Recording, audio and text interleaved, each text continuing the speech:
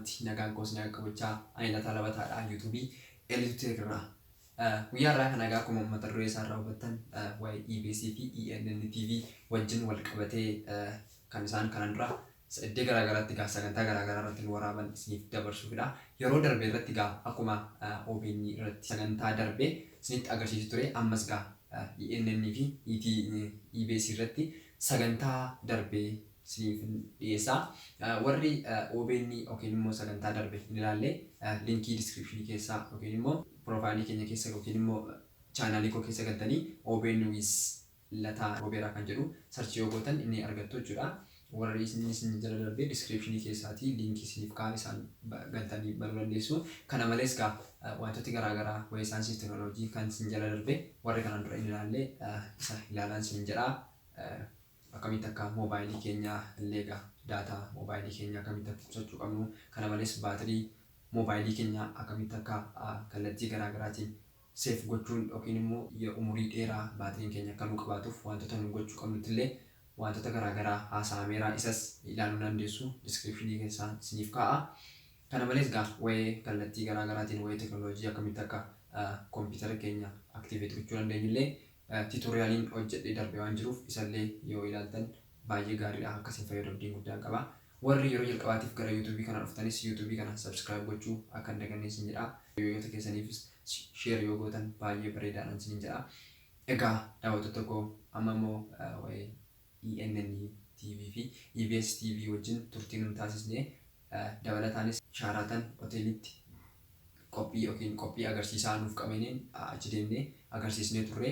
Isas maal akka ture kallattii garaagaraatiin yoo baay'ee hin ta'utees haala bareedduu fi xiqqoo taateen isiniif dhiyeessaa. Sababa sakkiliitii irraa ka'e baay'ee isin dhiyeessuu hin danda'u. Garuu immoo amma taatee isiniif dhiyeessaa.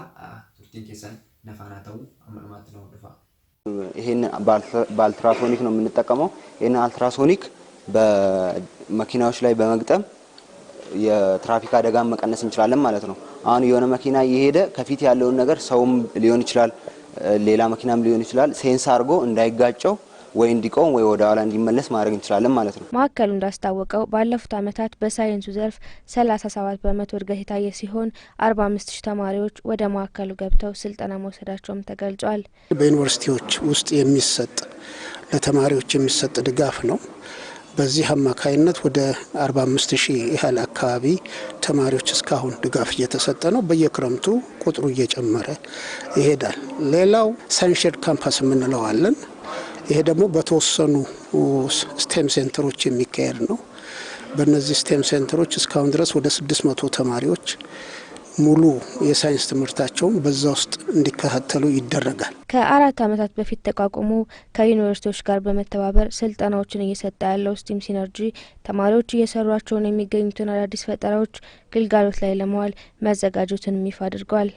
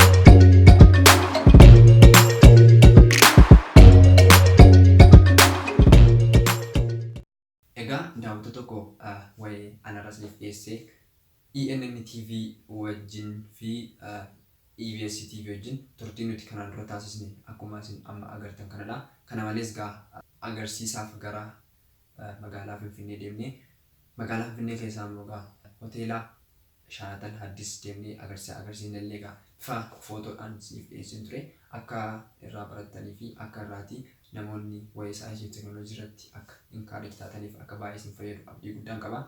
Yeroo dhufutti amma qophii biraatiin wal agarruutti.